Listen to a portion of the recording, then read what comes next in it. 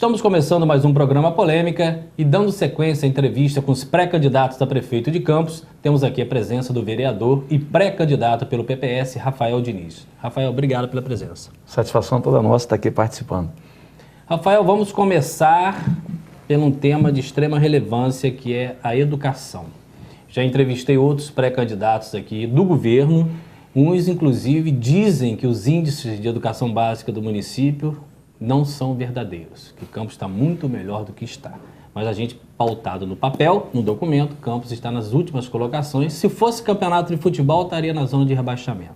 Caso o seu nome seja homologado e você ganhe a eleição para prefeito de Campos, o que pode ser feito pelo menos nos primeiros meses para tentar equacionar não só o problema do IDEB, mas também professor limpando escola, levando papel higiênico, material de limpeza, escola sem porteiro, enfim. O que pode ser feito de imediato para que isso possa ter uma solução mais interessante, mais protetiva, não só para o corpo docente, mas também para o corpo discente? Cláudio, primeiro rebater o que o governo diz, que esses dados são mentirosos.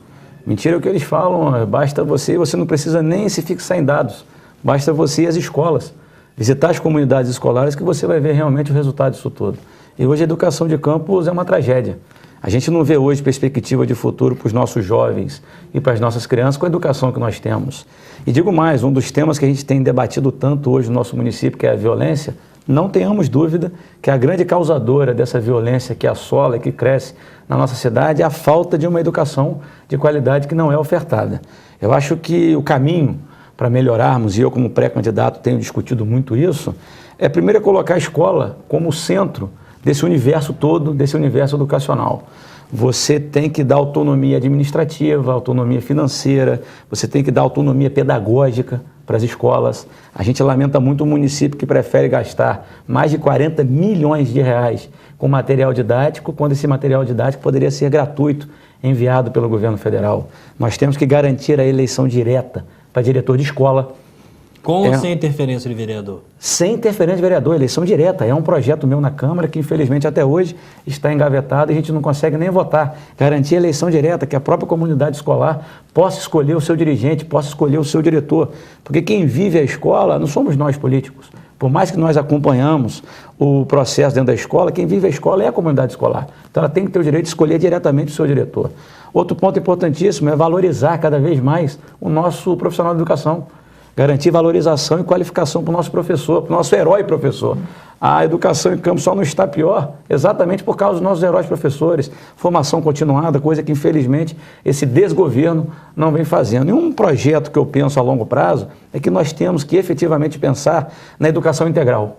Por mais difícil, por mais que a crise esteja aí, eu acho que a educação, Cláudio, é muito mais, apesar de ser extremamente importante, uma matemática rígida, um português rígido, ao lado de tantas outras matérias, uma educação de qualidade, é esporte de qualidade, é cultura de qualidade, e nós temos condições, sim, de aproveitar os equipamentos públicos, culturais e esportivos, integrá-los à escola e realizarmos um bom trabalho de educação integral. Eu lembro do nosso saudoso professor, meu amado pai Sérgio Diniz, que ele dizia que as grandes transformações serão feitas pela educação. E eu não abro mão de realizar essas transformações pela educação. Rafael, a área de saúde também é outro calo. Lógico que a área de saúde ela nunca vai ter a sua excelência, porque a área de saúde é uma área complexa e mexe com vida e morte. Então, são situações que sempre terão problemas. Só que nós temos, por exemplo, dados do HGG, 92 mortes em 52 dias. Recebi outro relatório agora, mais 48 mortes nos últimos 30 dias. Se somarmos aí, é inicialmente preocupante, não somos médicos para analisar a causa dos óbitos, mas isso aí é caso já para se conversar. Próprio HGG, eu listei, mas falta máscara, maca, UTI, tudo, falta tudo. E aí, obviamente, que o risco de morte é muito maior. Caso você seja prefeito de Campos, inicialmente, o que pode ser feito para conter esse gargalo e essa insegurança que hoje todo mundo tem de ir a um hospital público? Cláudio, primeiro, o Conselho Federal de Medicina ele aponta que nunca se investiu tanto em saúde em Campos. Mas alguém escutando essa afirmação minha pode espantar quando você acaba de dizer que hoje o sistema de saúde em Campos é um caos. 140 milhões só ano passado de SUS. Então, vamos lá. Como que se investe tanto? Se coloca tanto dinheiro na saúde de Campos e a saúde de Campos está um caos? A resposta é clara. falta competência, falta responsabilidade na hora de alocar esses recursos, na hora de gerir esses recursos. Eu acho que o primeiro passo é dar importância à atenção básica e fortalecer o programa Estratégia de Saúde da Família, mais conhecido antigamente como PSF. É comprovado que a cada R$1 gasto em prevenção, são 5 economizados em qualquer custo de qualquer doença. Então, a gente investindo na saúde básica, na rede de atenção básica, a gente vai estar economizando dinheiro, desafogando os nossos hospitais, as nossas unidades de emergência e oferecendo um serviço de muito mais qualidade. Um dos projetos nossos é defender o cadastro único de saúde. Hoje, qualquer unidade hospitalar que você vá, seja um posto de saúde, seja um hospital público, HGG ou Ferreira Machado, ou seja um próprio hospital da rede contratualizada, é um novo cadastro que se faz. Você, com um cadastro único de saúde, você concentra as informações... Mas se não tiver um sistema de informática não, muito bem obviamente que o cadastro único traz isso. Quando você defende um cadastro único, você vai defender, antes disso, um sistema de informática altamente qualificado para oferecer esse tipo de serviço. Para chegar a lugares. Exato, não, a todos os lugares. E nós temos condições de fazer isso. Municípios menores fazem isso, por que nós não vamos fazer? Municípios maiores fazem isso, por que nós não vamos fazer?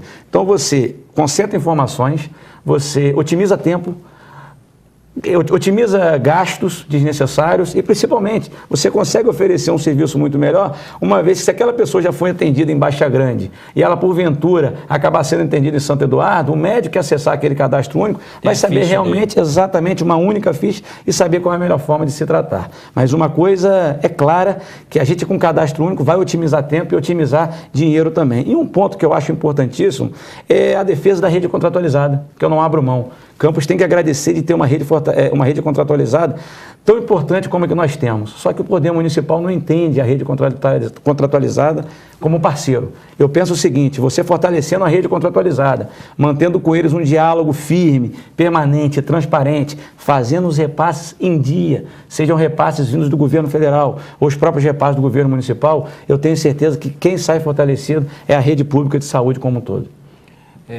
Rafael, outra questão que é cobrada e vai ser cobrada sempre, inclusive, de você por ser vereador. E nós sabemos que nós temos só um bloco, temos que otimizar o máximo possível. O concurso da Câmara de Vereadores. Foi feito o concurso, homologado o concurso, a princípio, dotação orçamentária pronta. Por que ninguém é chamado? Cláudio, está mais que claro que esse grupo político não gosta de concursado.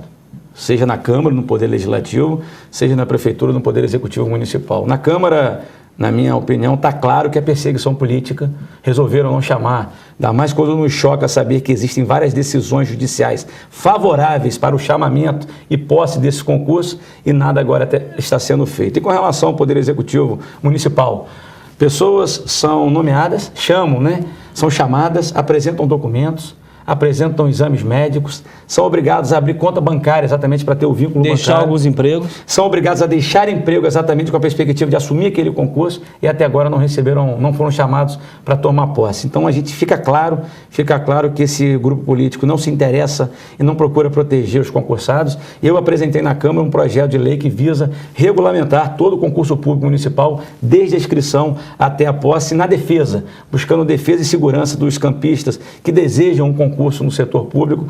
Existe um projeto nosso que está parado, esperando as providências da Casa Legislativa para poder ser votado e, se Deus quiser, aprovado na defesa dos concursados campistas. Rafael, as pessoas hoje estão clamando por novos nomes, mas os novos nomes alinhados também à experiência. Ano que vem, com certeza, se você for prefeito, você vai receber um orçamento só em folha de pagamento de R$1 bilhão.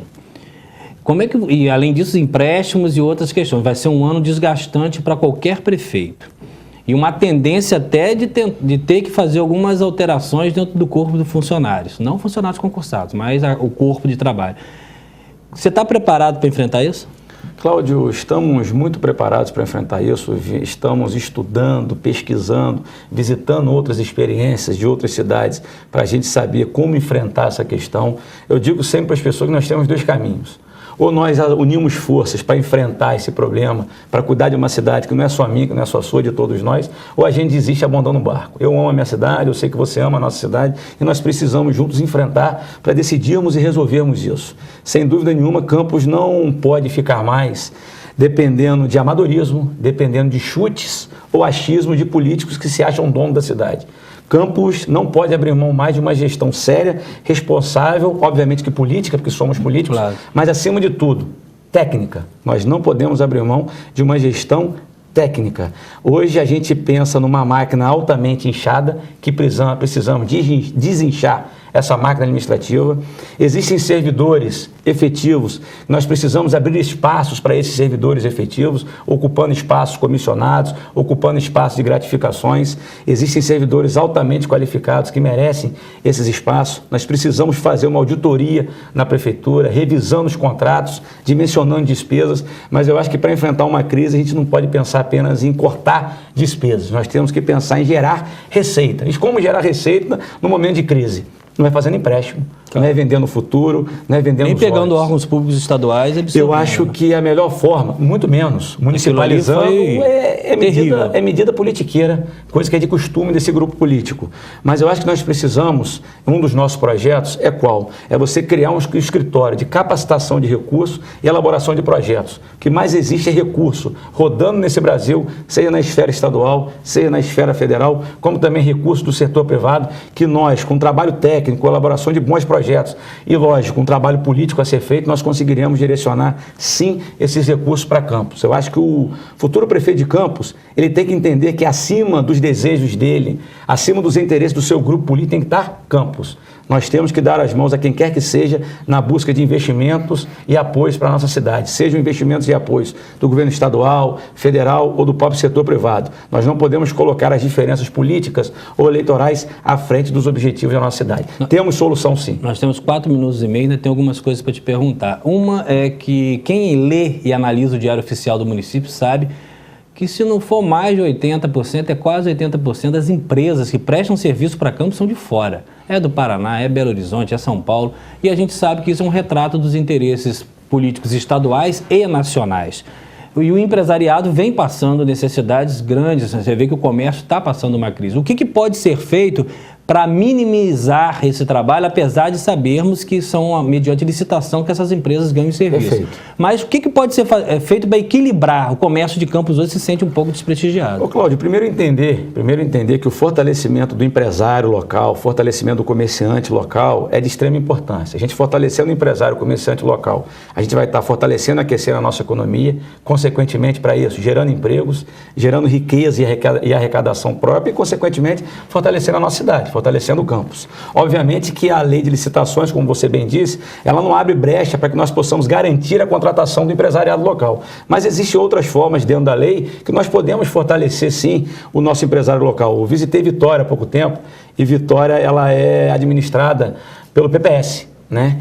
E lá existe um projeto chamado Fábrica de Ideias. E o objetivo desse projeto é, de forma criativa e eficiente, implementar, melhor dizendo, dar força e fortalecer o empresário local. Como? Você vai qualificar esse empresário local, você vai prepará-lo e adaptá-lo para enfrentar as concorrências públicas, você vai ajudá-lo na elaboração de projetos e você vai incentivá-los a fazer parcerias. Dá mais independência. Exatamente, você vai incentivá-lo a fazer parcerias com o SEBRAE, você vai incentivá-lo a fazer parcerias com as instituições de ensino. Isso acontece em Vitória, dá para acontecer, a gente fazer aqui em Campos sim, obviamente, com um trabalho integrado e responsável com o FUDECAM, fortalecendo sim o nosso empresário local. O Poder Público Municipal tem a obrigação, de forma criativa e eficiente, de fortalecer o nosso empresário local, porque, como eu disse no início, aquece a economia, gera emprego, gera riqueza própria e cresce Campos. Tem 2 minutos e ainda tem uma pergunta importante para fazer você. Nós sabemos que o Cheque Cidadão, como outros projetos de contenção de pobreza, são importantíssimos para os municípios.